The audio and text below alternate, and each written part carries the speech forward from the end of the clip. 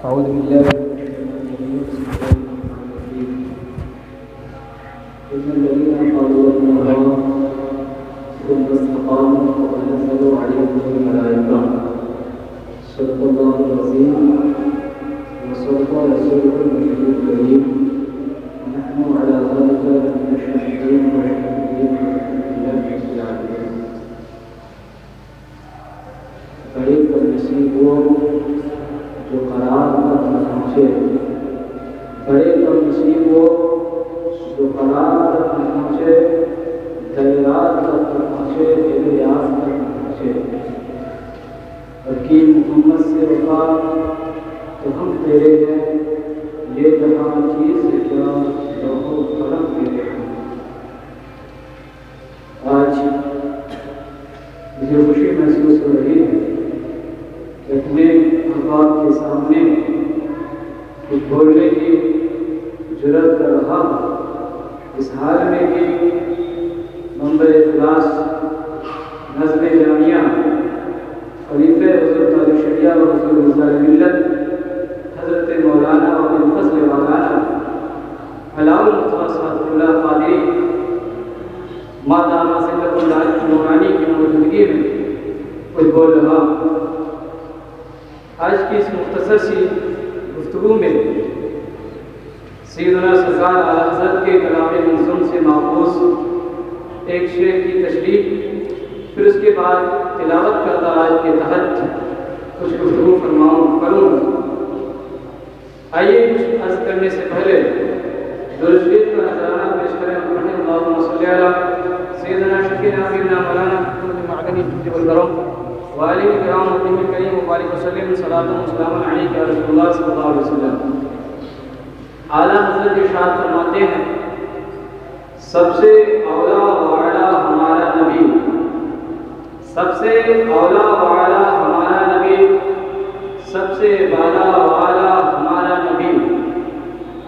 سب چمک والے دلوں میں چمکا کیے، سب چمک والے دلوں میں چمکا کیے، اندھے شیشوں میں چمکا ہمارا نبی. حضرات، اعلیٰ حضرت سرکار نے ارشاد فرمایا سب چمک والے اجلوں میں چمکا کیے. آخر یہ چمک والے اجلے کیا ہیں اور یہ اندھے شیشے کون ہیں جس میں سب چمکے ہیں، جس میں میرا نبی چمکا ہے؟ تو آپ کو معلوم ہے کہ انبیاء کرام علیہم السلام کی ایک کثیر تعداد میں جماعت آئی. 1,24,000 کم و بیش انبیاء کرام تشریف لائے. حضرت آدم علیہ السلام جب اس دنیا میں تشریف لائے تو آپ کے بعد حضرت شیس علیہ السلام نبی ہوئے. حضرت شیس علیہ السلام نبی ہوئے. حضرت آدم علیہ السلام جب دنیا سے رخصت ہونے لگے تو اپنے بیٹے حضرت شیس علیہ السلام کو سمجھایا کہ بیٹا میں اب دنیا سے جا رہا ہوں، میرا کام تمہارے سامنے ہے، اسی طریقے پر اب تمہیں کام کرنا ہے. ایسے ہی ایک نبی آتے، ان کے بعد جب دوسرے نبی آتے تو انہی کے طریقے پر اور انہی کی روشنی میں اور انہی کی چمک میں ان کو کام کرنا ہوتا. جیسے کہ حضرت داؤد علیہ السلام کے بعد حضرت سلیمان علیہ السلام کی آمد ہوئی تو حضرت سلیمان علیہ السلام کو حضرت داؤد علیہ السلام کی چمک میں کام کرنا تھا. جیسے کہ حضرت یعقوب علیہ السلام کے بعد حضرت یوسف علیہ السلام کی آمد ہوئی، حضرت یوسف علیہ السلام کو حضرت یعقوب علیہ السلام کی چمک میں کام کرنا تھا. ایسے ہی جتنے انبیاء کرام آتے رہے سب کو ان سے پہلے نبی کی چمک میں کام کرنا تھا. لیکن جب حضرت عیسیٰ علیہ السلام کو آسمان پر اٹھا لیا گیا اور آسمان پر اٹھا لینے کے بعد تقریباً علامہ ابن جوزی کے بقول 484 سال کا زمانہ گزر چکا تھا جبکہ کوئی نبی مبعوث نہیں ہوا تھا. اس وقت لوگوں کے دل جو تھے وہ اندھے ہو گئے تھے. لوگ اپنی بچیوں کو زندہ درگور کر رہے تھے، اپنی اولاد کو کھلانے کے ڈر سے قتل کر رہے تھے. اس وقت لوگوں کے دل مردہ ہو گئے تھے، لوگوں کے دل اندھے ہو گئے تھے. ایسے وقت میں اگر کوئی آیا تو میرا مصطفیٰ تھا جس نے جو کہ اندھے شیشوں میں چمکا. اسی کو اعلیٰ حضرت نے یوں بیان فرمایا سب چمک والے اجلوں میں چمکا کیے، اندھے شیشوں میں چمکا ہمارا نبی. اور جس نے مردہ دلوں کو دی امرتا اول ہے وہ جانے مسیحا ہمارا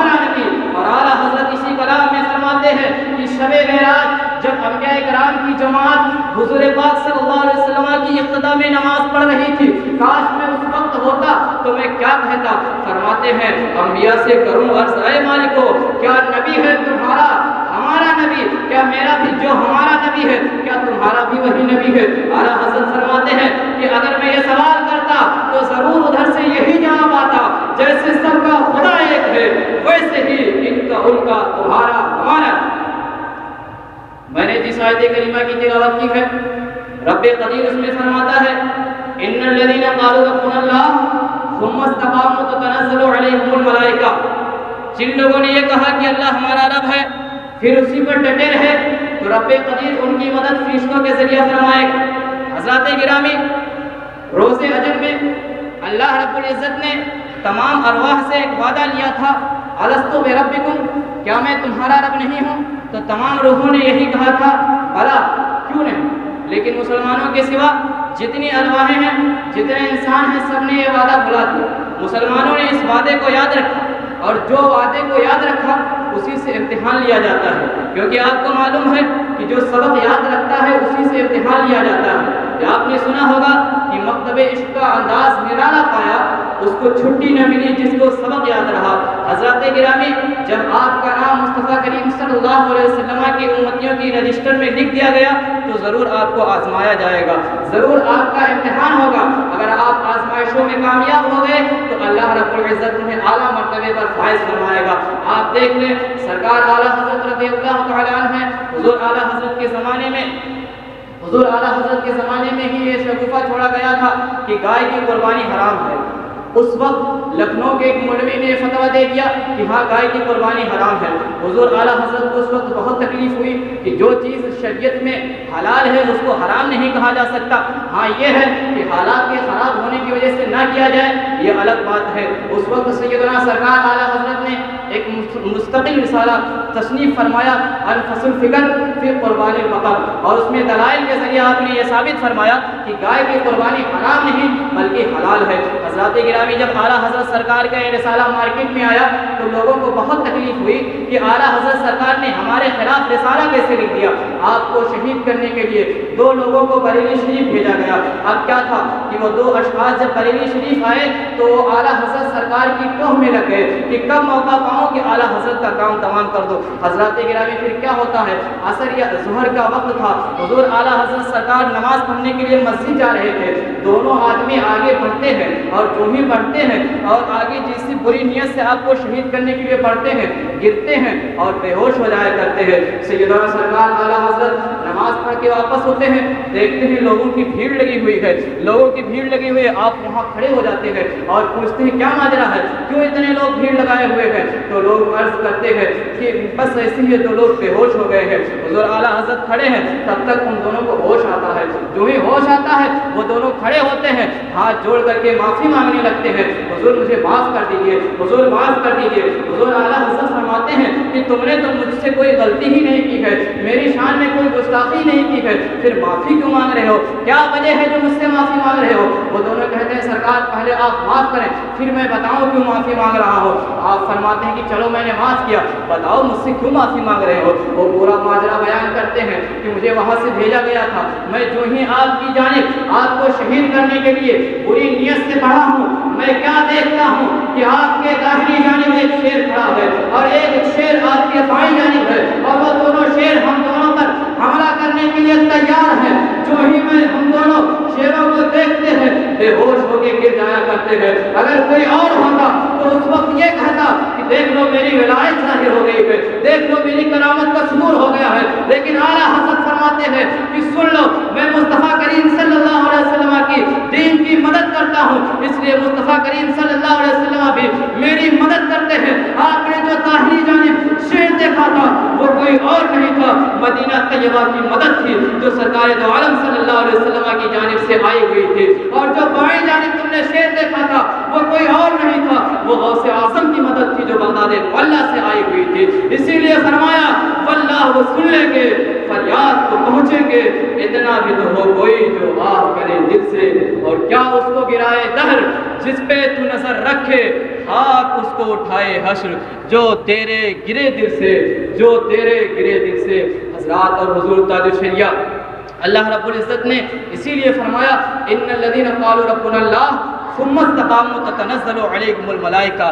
اسی طریقے سے اللہ رب العزت نے دوسری جگہ ارشاد فرمایا وَأَنْتُمُ الْأَعْلَوْنَ إِن كُنتُم مُؤْمِنِينَ، تم ہی سر بلند رہو گے، شرط یہ ہے کہ تم ایمان والے بن جاؤ۔ یہاں ایمان سے کون ایمان مراد ہے؟ ایمان کامل مراد ہے، صلح کلی نہیں بلکہ متسلم مراد ہے، جیسا کہ قرآن پاک کی دوسری آیت پاک سے ظاہر ہے۔ رب قدیر فرماتا ہے یا ایھا الذین آمنوا آمنوا، اے ایمان والو ایمان لے آؤ۔ اس کا مطلب کیا ہوا؟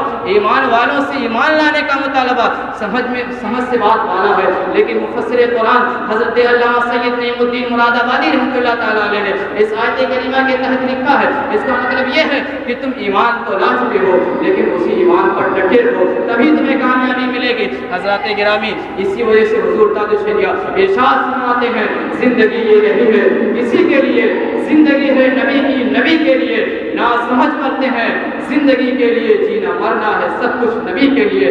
اور فرماتے ہیں مسلک اعلی حضرت سلامت رہے، ایک پہچان دین نبی کے لیے۔ آگے فرماتے ہیں مسلک اعلی حضرت پہ قائم رہو، زندگی دی گئی ہے اسی کے لیے۔ مقطع میں آپ نے فرمایا اختر قادری خلد میں چل دیا۔ کوئی کہہ سکتا ہے اے مولوی صاحب اختر قادری خلد میں چل دیے، اس سے ہم لوگوں کا کیا فائدہ ہے؟ حضور تاج الشریعہ تو جنت جا رہے ہیں، ہم لوگوں کا کیا فائدہ ہے؟ تو سنو، پہلے مصرے میں تو اپنے جانے کا ذکر کر دیا ہے، لیکن دوسرے مصرے میں تم کو بلانے کا بھی ذکر کر دیا ہے۔ دوسرے مصرے میں فرماتے ہیں خلد واہ ہے ہر ایک قادری کے لیے، یعنی اگر تم قادری بن کر کے جیو گے تو میں تو جا ہی رہا ہوں، تم بھی میرے پیچھے پیچھے چلے آؤ گے۔ فرماتے ہیں اختر قادری خلد میں چل دیا، خلد واہ ہے ہر ایک قادری کے لیے۔ حضور تاج الشریعہ نے تو یہی فرمایا کہ جنت کا دروازہ ہر قادری کے لیے کھلا ہوا ہے، لیکن حضور اعلیٰ حضرت ارشاد فرماتے ہیں کہ جنت کا دروازہ ہر ایک قادری کے لیے صرف کھلا ہوا ہی نہیں ہے، ہر ایک مومن کامل کے لیے صرف کھلا ہوا ہی نہیں ہے، بلکہ جنت روزانہ مچلتی ہے، جنت روزانہ خوشی کے نغمے گاتی ہے کہ مجھ میں وہ آئیں گے جو مصطفیٰ کریم صلی اللہ علیہ وسلم پر درود پڑھتے ہیں، جو مصطفیٰ کی محبت کے گن گاتے ہیں۔ کیا فرماتے ہیں؟ شاد ہے فردوس یعنی ایک دن، شاد ہے فردوس یعنی ایک دن قسمت خدام ہو ہی جائے گا، شاد ہے فردوس یعنی ایک دن خدمت خدام ہو ہی جائے گا۔ اور سائلو دامن سخی کا تھام لو، کچھ نہ کچھ انعام ہو ہی جائے گا۔ اور مفلسو ان کی گلی میں جا پڑو، باغ خلد اکرام ہوئے گا، ہو ہی جائے گا۔ اور فرماتے ہیں گر یوں ہی رحمت کی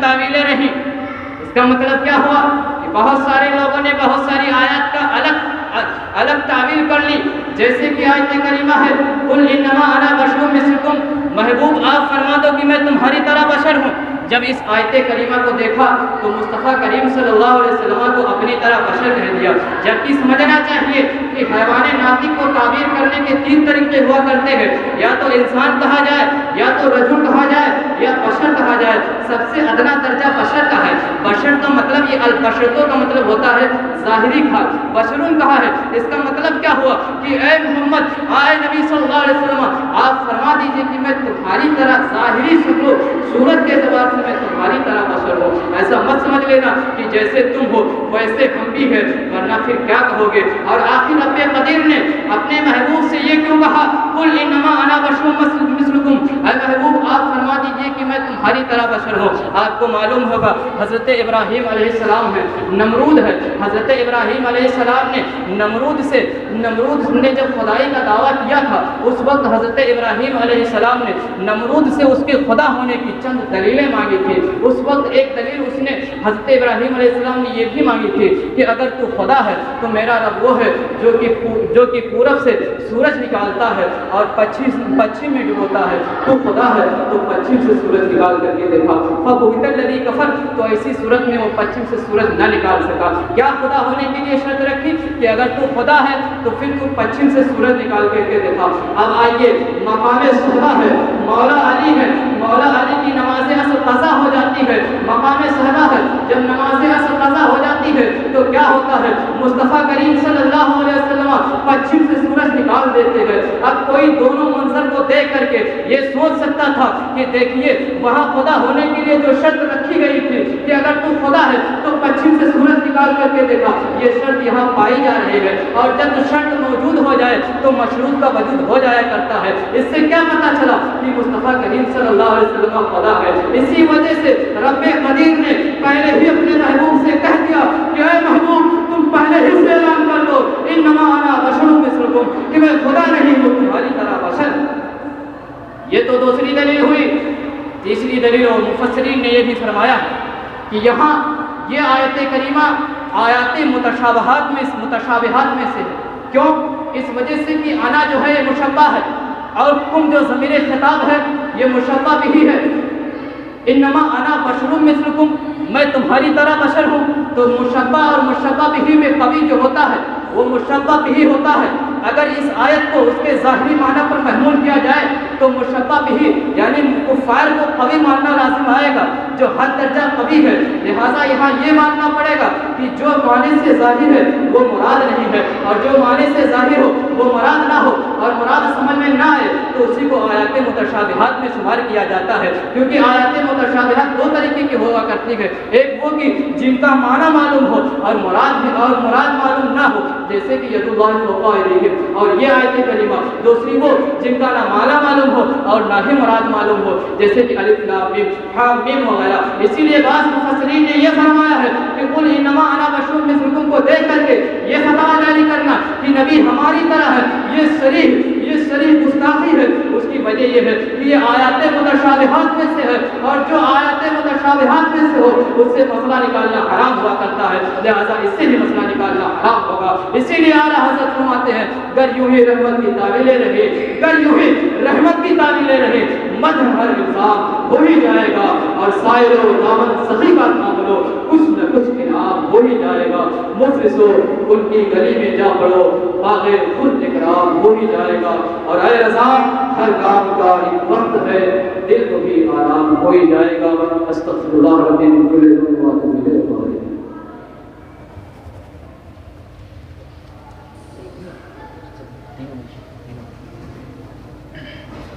ایک ہے خیر میں اپنی بہن کے سارے ثواب کے لیے ہم ندی رضوی مسجد میں 120 روپے دیے، دوسرے خیر میں اپنے گھر میں خیر و برکت اور صحت و سلامتی کے لیے ہم ندی رضوی مسجد میں 110 روپے دیے، اور شمیم احمد نے برائے خیر و برکت 61 روپے اور مسجد میں ٹوپیاں دی ہیں۔ رب قدیر کی بارگاہ میں دعا ہے جن لوگوں نے بھی اس مقصد کے تحت ہم ندی رضوی مسجد میں اپنے پیسے رائے فرمائے ہیں، اللہ رب العزت ان کے مقصدوں میں کامیابی نصیب فرمائے، جن کے اشارے ثواب کے لیے دیا گیا ہے اللہ رب العزت سب کی مغفرت